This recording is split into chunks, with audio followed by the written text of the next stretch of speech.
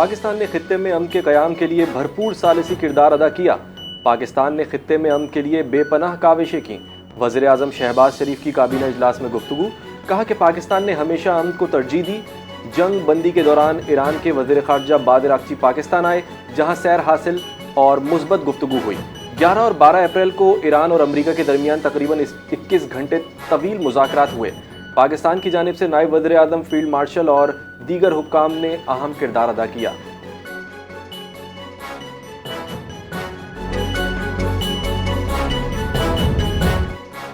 بنوں میں پولیس نے بڑا دہشت گرد حملہ ناکام بنا دیا۔ چوکی مزنگا میں رات گئے شدید فائرنگ کا تبادلہ، دہشت گرد فجر تک جاری مقابلے کے بعد پسپا۔ تازہ دم نفری اور سیکیورٹی اداروں نے کنٹرول سنبھال لیا۔ آپریشن میں اسلحہ اور مشکوک سامان برآمد، کانسٹیبل فرید اللہ معمولی زخمی۔ خیبر پختونخوا پولیس کا دہشت گردی کے خلاف عزم برقرار۔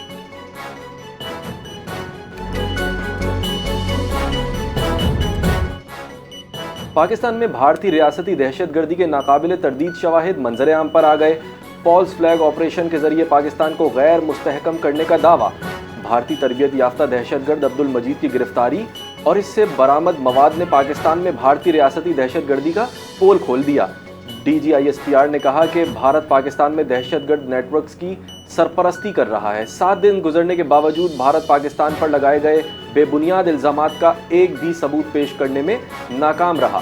ماہرین کا کہنا ہے کہ پاکستان دہشت گردوں کی بھارت میں تربیت، علاج سمیت دیگر سہولت کاری کے ناقابل تردید شواہد دنیا بھر کے سامنے رکھ چکا ہے۔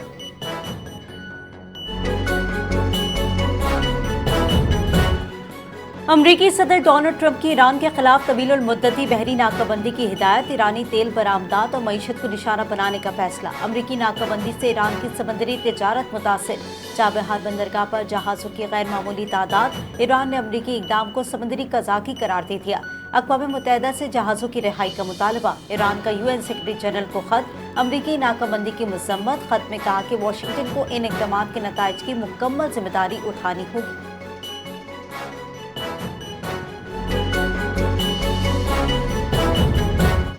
پینٹاگون صدر ٹرمپ کو ایران جنگ کی مکمل تصویر نہیں دکھا رہا، امریکی میڈیا کا انکشاف۔ پینٹاگون پر صدر ٹرمپ کو ادھوری معلومات دینے کا الزام، نائب صدر جے ڈی وینس کا جنگی بریفنگ پر سوال۔ امریکی میزائل ذخائر میں کمی پر تشویش، ایران کی فضائی اور میزائل صلاحیت برقرار۔ صدر کو خوش کرنے کے لیے حقائق چھپانے کا انکشاف، ماہرین نے خطرناک رجحان قرار دے دیا۔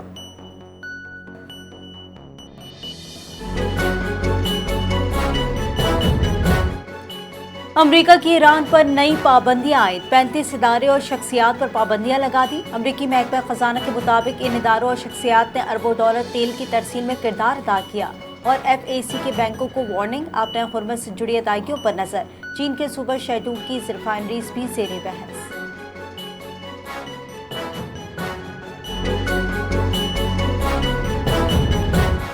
آبنائے ہرمز میں زیر سمندر فائبر آپٹک کیبلز کی سیکیورٹی ایک بار پھر عالمی توجہ کا مرکز۔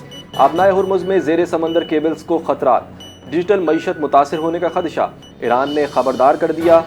کیبلز خطے کی ڈیجیٹل معیشت کے لیے ایک حساس اور کمزور نقطہ ثابت ہو سکتی ہیں۔ ماہرین نے کہا کہ خطے میں کشیدگی یا سمندری سرگرمیوں میں اضافہ ہونے کی صورت میں ان کیبلز کے متاثر ہونے کا خطرہ بڑھ سکتا ہے، جس کے اثرات پاکستان سمیت پورے خطے پر پڑ سکتے ہیں۔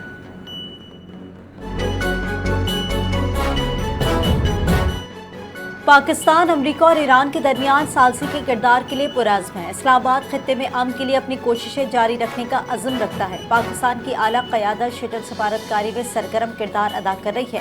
پاکستان واشنگٹن اور تہران کے درمیان پیغامات کی ترسیل کر رہا ہے۔ پاکستانی کوششوں سے حالیہ جنگ بندی ممکن ہوئی اور اس میں توسیع بھی کی گئی۔ آبنائے ہرمز کی ناکہ بندی ختم کرنے کے مطالبے پر مذاکرات میں تعطل پیدا ہو گیا۔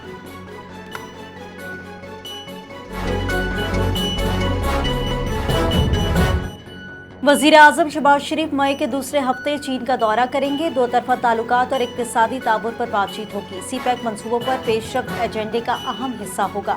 حکومتی ذرائع کی تصدیق، کہا شہباز شریف کی چینی قیادت سے اہم ملاقاتیں ہوں گی۔ مشرق وسطی بحران سے متعلق چینی قیادت کو اعتماد ملیں گے۔ علاقائی اور عالمی صورتحال پر بھی مشاورت ہوگی۔ امریکہ ایران معاملہ بھی زیر بحث آئے گا۔ دورے کے دوران سرمایہ کاری اور نئے معاہدوں پر پیش رفت کا امکان، صنعت، زراعت، خصوصی اقتصادی زونز کے قیام میں تعاون پر بھی بات ہوگی۔ وزیر اعظم شہباز شریف سے وفاقی وزراء کی اہم ملاقاتیں. وفاقی وزیر ریلوے حنیف عباسی، وفاقی وزیر خالد مکسی اور وفاقی وزیر صحت مصطفیٰ کمال نے ملاقاتیں کی. وزراء کی جانب سے جاری منصوبوں پر پیش رفت سے آگاہ کیا گیا. حنیف عباسی کی وزیر اعظم کو ریلوے امور پر بریفنگ. فریٹ سروس کو مزید مؤثر بنانے پر زور، وزیر اعظم کا زور. اور مسافروں کی سہولیات پر اقدامات کا اظہار اطمینان. باہمی دلچسپی کے امور پر بھی تبادلہ خیال کیا گیا.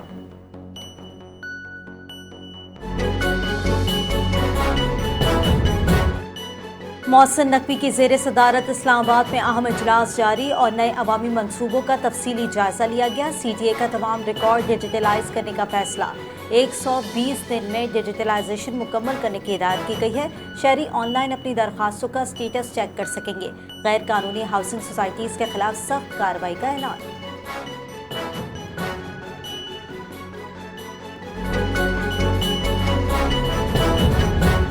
وزیر اعظم شہباز شریف کا زلزلوں کے متاثرین کی یاد کے عالمی دن کے موقع پر پیغام.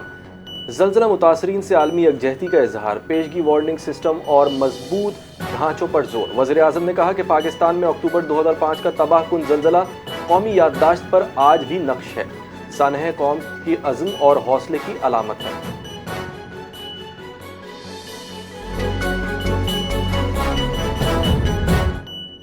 مریم نواز کا زلزلہ متاثرین کے عالمی دن پر خصوصی پیغام. قدرتی آفات کے متاثرین سے اظہار یکجہتی کیا. 2005 کے زلزلہ متاثرین کے خاندانوں کے ساتھ ہمدردی کا اظہار.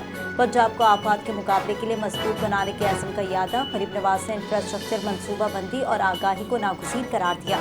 نصاب میں قدرتی آفات سے متعلق مضامین شامل کرنے کی تعریف بھی کی.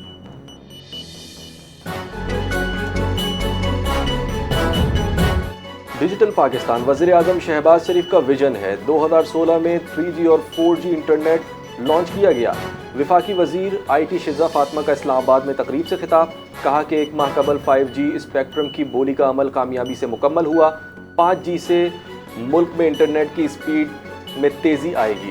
Pakistan digital cash less market کی جانب گامزن ہے.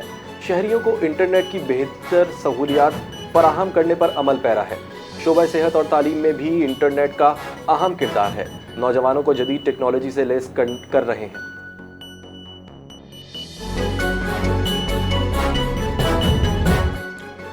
بانی پی ٹی آئی بلا وجہ جیل میں ہے. نظریہ قید نہیں کیا جا سکتا. وزیر اعلیٰ خیبر پختونخوا سہیل آفریدی کا سینٹر آف ایکسلنس کی افتتاحی تقریب سے خطاب. کہا کہ بانی پی ٹی آئی کی بنائی 85% تک متاثر ہو چکی ہے. انہیں اپنی لیگل ٹیم اور اہل خانہ سے ملاقات کی اجازت بھی نہیں دی جا رہی ہے. خیبر پختونخوا حکومت بانی کے نظریے کو عملی شکل دینے کے لیے کام کر رہی ہے. نوجوانوں کو ہنرمند بنانے کے اقدامات جاری ہیں. تعلیمی اداروں سے فرسودہ کورسز کو ختم کیا جا رہا ہے. سہیل آفریدی کا کہنا تھا کہ خیبر پختونخوا میں کرپشن کی کوئی گنجائش نہیں.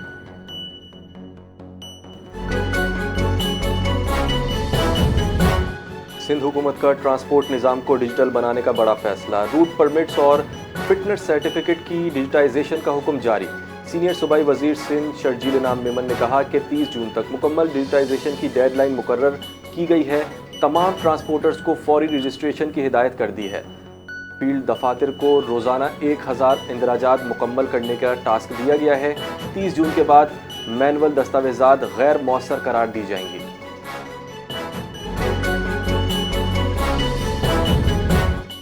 وزیر ہاؤسنگ پنجاب بلال یاسین اور میئر کراچی مرتضی وہاب کی لاہور میں مشترکہ پریس کانفرنس. کراچی اور لاہور کے درمیان تجربات کے تبادلے پر اتفاق. شہری مسائل کے حل کے لیے مشترکہ حکمت عملی پر زور. میئر کراچی نے لاہور کے عوام کی مہمان نوازی کی اور ان کو سراہا. کہا کہ یہ محبت کرنے والوں کا شہر ہے.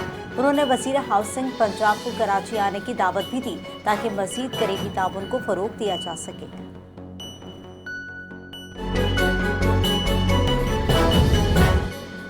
صنعتی صارفین کے لیے گیس سستی ہونے کا امکان.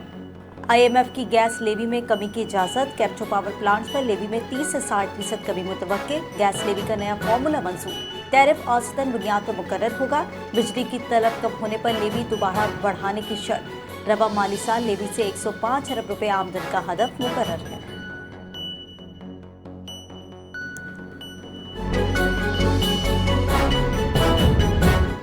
پنجاب میں CCD کے مبینہ مقابلوں میں تیزی. ایک ہی روز میں 5 مقابلے. 11 ملزمان ہلاک.